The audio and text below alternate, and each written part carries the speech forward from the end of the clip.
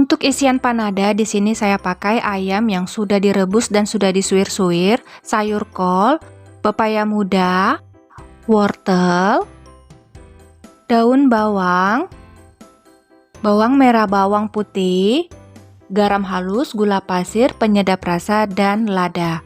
Oke, lanjut lagi. Siapkan wajan dan tuang minyak sayur secukupnya saja karena kita akan menumis sayur atau isian panada terlebih dahulu.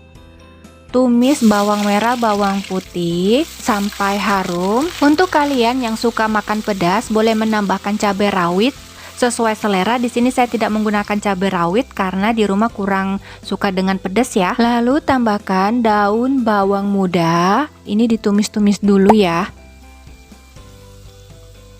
Ditumis-tumis sampai harum atau wangi, lalu tambahkan wortel yang sudah diiris-iris. Ini pertama wortelnya ditumis dulu. Kenapa? Karena ini wortelnya agak keras gitu ya, jadi dia sampai setengah masak atau layu.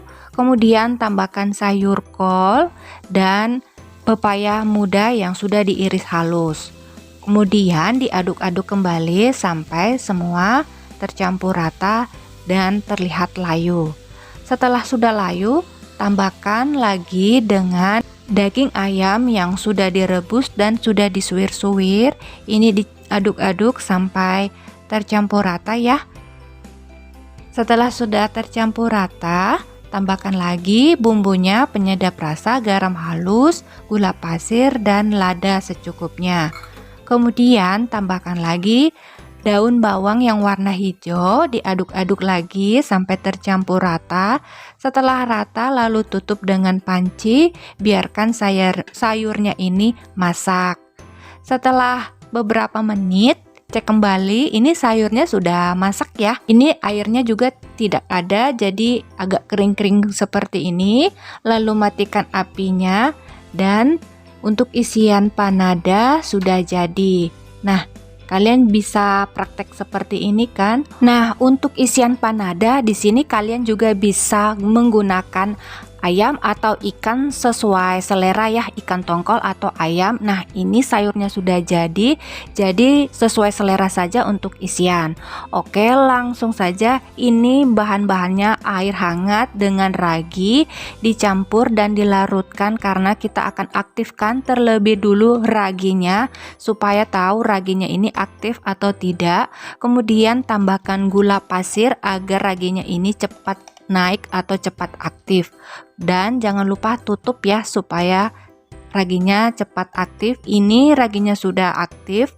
Lanjut lagi, step selanjutnya ini siapkan piring atau wadah seperti ini. Di sini saya menggunakan 2 telur, 1 telur utuh dan 1 kuning telurnya saja yang dipakai. Kemudian gunakan alat kocokan, dikocok dulu telurnya sampai rata, lalu tambahkan gula pasir dan garam halus. Lalu diaduk kembali sampai semua tercampur rata. Setelah tercampur rata, tambahkan lagi mentega atau margarin. Gunakan alat kocokan saja bisa ya, tanpa menggunakan mixer juga tidak masalah. Lalu tambahkan susu bubuk, diaduk menggunakan alat kocokan ini sampai tercampur rata. Ini kalau sudah tercampur rata seperti ini, lanjut lagi. Ini saya menggunakan tepung sedang. Nah, ini 1 kilo ya. Saya akan menggunakan setengah kilo atau 500 gram saja. Jadi ini saya akan bagi tepungnya. Karena ini tidak menggunakan alat timbangan, jadi kita by feeling aja ya. Ini untuk alat ukuran timbangannya. Nanti diraba-raba saja. Kalian bisa praktekkan ini, boleh diukur dengan alat timbangan dulu tepungnya. Lalu tambahkan air ragi yang sudah aktif. Kemudian ini kita akan diaduk atau diadon menggunakan tangan saja. sampai adonan ini dapat tercampur rata, dapat dipulung dan dapat dibentuk.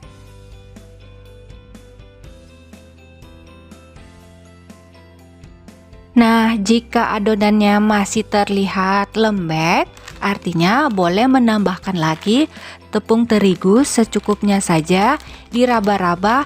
Jangan juga terlalu banyak, jangan juga terlalu sedikit ya. Kalau terlalu banyak nanti adonannya jadi keras. Jadi sedikit demi sedikit sampai adonannya ini dapat dipulung. Nah, kalau sudah dapat dipulung atau dibentuk seperti ini, boleh menambahkan sedikit mentega agar adonannya ini agak sedikit kalis ya. Kalau sudah kalis adonannya, ini cukup menggunakan tangan saja diadon-adon sampai bahannya semua tercampur rata. Kemudian dibulat-bulatkan atau dibentuk seperti ini, lalu diistirahatkan kurang lebih 30 menit saja sudah cukup ya. Dan jangan lupa tutup menggunakan kain. Setelah 30 menit ini adonannya, kalau kalian punya alat timbangan, boleh menggunakan alat timbangan terlebih dahulu lalu ditimbang dan dibagi sesuai dengan ukuran berat masing-masing ya. Di sini saya tidak pakai menggunakan alat timbangan. Jadi di sini saya akan by feeling aja dengan tangan saya akan raba-raba. Dan jangan lupa kalian bulat-bulatkan seperti ini sesuai dengan tangan masing-masing ya, besar atau kecil, diraba-raba saja, dibulat-bulatkan. Nah, kalian lakukan seperti ini, lakukan sampai selesai. Tips pertama dari saya adalah lakukan seperti ini cara membuat panada. Untuk kalian yang ingin belajar buat panada awal seperti ini ya, gunanya dibulat-bulatkan seperti ini agar dapat memudahkan kalian untuk membentuk panada selanjutnya. Oke, nah lakukan seperti ini, lakukan semua sampai selesai dibulat-bulat ya. Untuk kalian yang tidak memiliki alat timbangan, kalian bisa praktekkan seperti ini cara menggunakan bahan dan alat seperti ini menggunakan tangan. Nah, ini mudah banget dipraktekkan. Jika adonannya kalian lihat ada yang besar dan ada yang kecil, jadi kalian tinggal ukur saja dan pindahkan ya. Nah, setelah dibulatkan seperti ini, lalu siapkan rolling pin dan pipihkan. Nah, tips kedua dari saya, setelah dibulatkan, ini dipipihkan lagi. Gunanya pada saat nanti kalian mengisi adonan sayur atau isian, itu lebih mudah kalian untuk mengisi ya. Jika kalian tidak memiliki alat rolling pin seperti ini, kalian juga bisa menggunakan botol atau gelas. Nah, kalian lakukan seperti ini, lakukan semua sampai selesai ya. Dan saya yakin kalian juga bisa praktek di rumah seperti ini.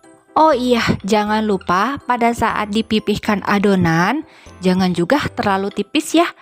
Diraba-raba saja agar adonannya ini tidak terlalu tipis dan tidak mudah sobek ya. Setelah adonan sudah dipipihkan seperti ini menggunakan alat rolling pin, lanjut lagi ambil isian. Ini adalah isian yang sudah saya buat. Lalu isi isian ke dalam adonan panada. Nah, di sini tips ketiga dari saya untuk kalian cara membuat kuping atau renda panada yang cantik. Kalian bisa lihat di YouTube atau video saya ini. Caranya dipipihkan dulu. Tips ketiga saya ya, ini dipipihkan dulu di ujungnya. Gunanya agar kalian bisa mudah untuk membuat. Setelah dipipihkan ujungnya, lalu dilipat, dipencet dan ditarik, dilipat, dipencet lalu ditarik, dilipat, dipencet lalu ditarik. Lakukan seperti ini di dalam video ini.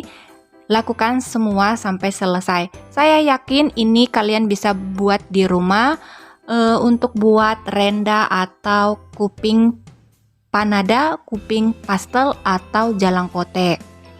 Untuk buat ini mudah banget buat kalian buatnya. Dan tips keempat buat kalian ini adalah memang agak sedikit dilihat kecil, tapi ini berguna buat kalian. Setelah adonan sudah dibentuk, Jangan lupa untuk alasannya gunakan kain ya. Kenapa menggunakan kain? Itu untuk mempermudah adonan panadanya, lebih proofingnya lebih bagus. Tidak perlu lagi kita menggunakan kertas lalu ditaburi tepung dan diletakkan adonan panadanya di atas. Kenapa? Itu membuang tepung-tepung saja ya. Jadi gunakan kain saja. Pada saat adonan semua sudah dibentuk, letakkan di atas kain. Itu tips keempat dari saya. Oke, untuk rendanya ini kalian bisa lihat. Sengaja saya berulang-ulang kali untuk membuat untuk konten ini, cara membuat kupingnya, agar kalian juga bisa praktek di rumah. Nah, cantik kan kupingnya? Lakukan seperti ini, lakukan semua sampai selesai. Pertama ini ada ditarik, lalu dijepit dan dilipat, ditarik, dilipat dan dijepit, ditarik, dilipat dan dijepit, ditarik, dilipat dan dijepit, berulang-ulang. Dan saya yakin kalian juga bisa buat di rumah.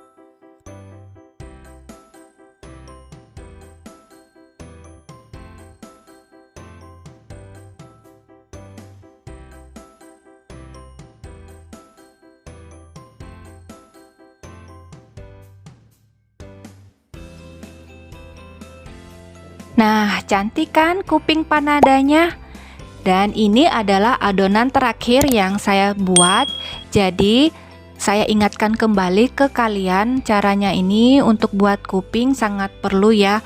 Jadi ini pertama ditarik, dijepit, lalu dilipat, ditarik, dilipat, lalu dijepit, ditarik, dilipat, lalu dijepit, berulang-ulang. Itu tips ketiga dari saya. Tips keempat dari saya adalah pada saat adonan sudah dibentuk, letakkan adonan di atas kain saja. Tidak perlu di atas kertas lalu ditepungin atau ditaburi tepung, karena itu akan menyia-nyiakan tepung yang sudah dibuang. Jadi saran saya, pada saat adonan sudah dibentuk panadanya, letakkan adonan panada di atas kain seperti ini ya. Selanjutnya adonan ini siap untuk digoreng. Tips kelima dari saya, cara menggoreng adonan panada adalah gunakan api yang kecil dengan minyak sayur yang banyak. Nah, ini tips kelima dari saya. Saya ulangi kembali, goreng dengan menggunakan api yang kecil dengan minyak yang banyak. Kenapa? Kalau terlalu besar apinya itu cenderung biasanya panadanya cepat gosong dan isi di dalamnya kurang matang. Jadi gunakan api yang kecil ya, supaya panadanya itu masak di luar, masak di dalam. Nah, jangan lupa pada saat digoreng juga dibolak-balik supaya goreng warna panadanya ini merata ya.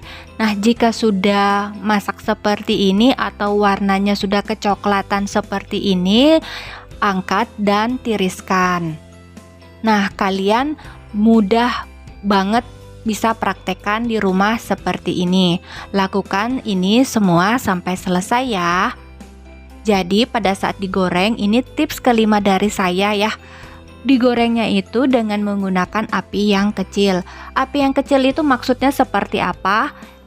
Apinya yang kecil itu seperti ini apinya kecil dengan menggunakan minyak yang banyak. Jadi pada saat digoreng itu masaknya pas isinya di dalam juga masak ya, tidak mentah. Oke. Lalu adonan ini, panada ini diangkat dan ditiriskan. Mudah kan cara buatnya? Dan tada, ini dia guys, panada aku sudah jadi. Ini harum banget dan aku suka banget dengan warna dan kuping atau renda-rendanya ini cantik banget ya. Wah, ini memuaskan banget buat saya. Dan saya yakin kalian di rumah yang nonton video ini bisa buat panada seperti yang saya buat. Wah, ini dia semok banget, montok. Aku suka banget dengan kupingnya atau rendanya, ini cantik banget. Sekarang saya akan membedah dan melihat isi di dalamnya. Nah, ini panadanya udah masak ya. Sekarang saya akan icip-icip. Rasanya enak banget, Semoga resep dan tutorial ini bermanfaat. Terima kasih sudah nonton.